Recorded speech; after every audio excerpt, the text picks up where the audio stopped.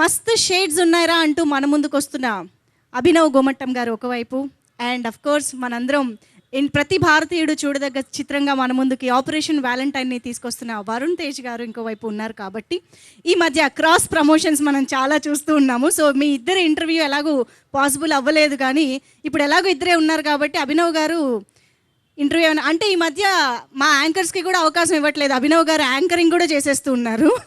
Hero, comedian, actor, anchor అన్నీ ఆయన అయిపోతున్నారు. సో ఇప్పుడు కూడా కాస్త ఆ బాధ్యతను తీసుకుని వరుణ్ తేజ్ గారిని మీరు ఏమైనా అడగాలనుకుంటే అడగవలసిందిగా కోరుతున్నాం.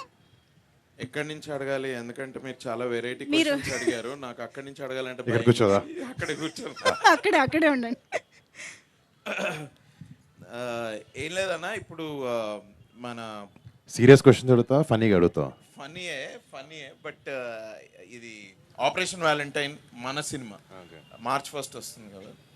ఇప్పుడు ఆపరేషన్ వ్యాలంటైన్లో ఉన్న రుద్ర అండ్ లావణ్య గారు మాట్లాడుకుంటే ఎలా మాట్లాడుకుంటారో వాళ్ళ కాన్వర్జేషన్ ఎలా ఉంటుంది?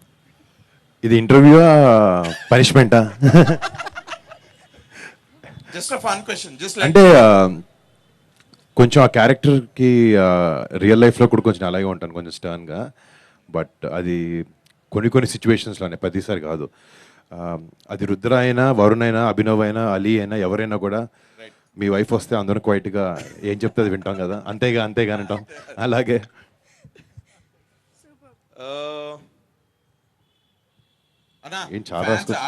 అన్న ఫ్యాన్స్ లవ్ స్టోరీ ఎక్స్పెక్ట్ చేస్తున్నారట. మనం మొన్ననే మాట్లాడుకుంటా ఉండే.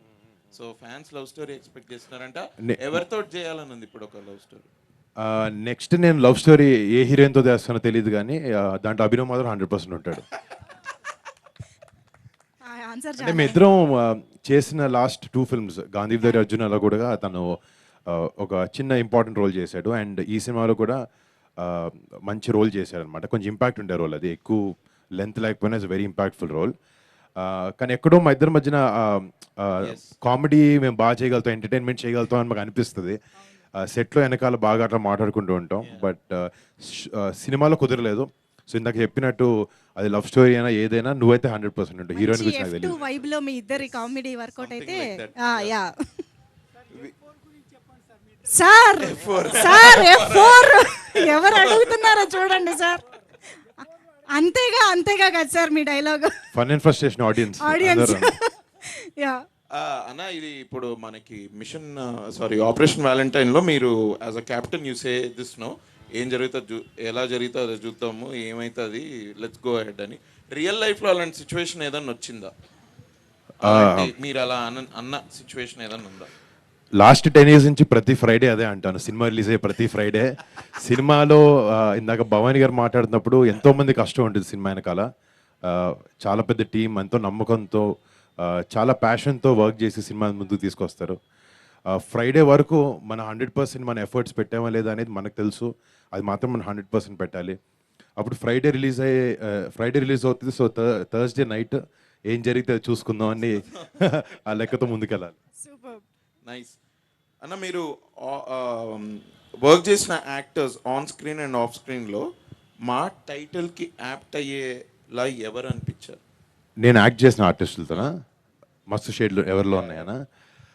ఆఫ్ స్క్రీన్ అయినా ఉండొచ్చు, ఆన్ స్క్రీన్ అయినా. సో ఆన్ స్క్రీన్ అంటే ఇట్స్ లైక్ ఆనెస్ట్ గా అన్ని వేరియేషన్స్ చూసిన యాక్టర్ అలా. నేను వర్క్ చేసిన మీరు వర్క్ చేసిన యాక్టర్స్ లో అలా నేను వర్క్ చేసిన ఆర్టిస్ట్లో అంటే డెఫినెట్లీ వెంకటేష్ గారు. చాలా షేడ్స్ ఉన్నాయి ఆయనలో. ఆయన మొన్న 75th ఫిల్మ్ ఫినిష్ చేశారు. ఒక గ్రేట్ వర్సటైల్ యాక్టర్ ఆయనలో చాలా షేడ్స్ ఉన్నాయి. అండ్ బయట ఆయనలో అన్ని షేడ్స్ ఉండవు, కానీ ఒక మంచి షేడ్ ఉంది ఆయనలో. చాలా మంచి వ్యక్తి ఆయన. ఆఫ్ స్క్రీన్ కూడా very helpful and very well mannered and discipline person ఆయన. కానీ ఆఫ్ స్క్రీన్ లో we want that real meaning అన్నమాట. మస్తు షేడ్స్ ఉన్నాయి రనీలో అని, అలాంటి ఒక off screen off screen friend అవ్వచ్చు, కొలీగ్ అవ్వచ్చు, కోస్టార్ ఎవరైనా కానీ అనే ఫన్ నోట్. అదే ఆలోచిస్తున్నా. ఆ క్వశ్చన్ ఆన్సర్ చెప్తాను కొంచెం ఆలోచించి. ఇంకా ఉన్నాయా? రాసుకున్నారా క్వశ్చన్స్? అయిపోయాయి. అయితే నేను వెళ్ళే ముందు చెప్తాను. మస్తు షేడ్స్ ఉన్నాయన్న నీలా. నాలో వరుణ్ తేజ్ గట్టిగా అరవక, చెట్లు పడిపోతే. కమల్ హాసన్ దగ్గర నుంచి అలా వచ్చింది. Thank you. Thanks a lot. Pleasure.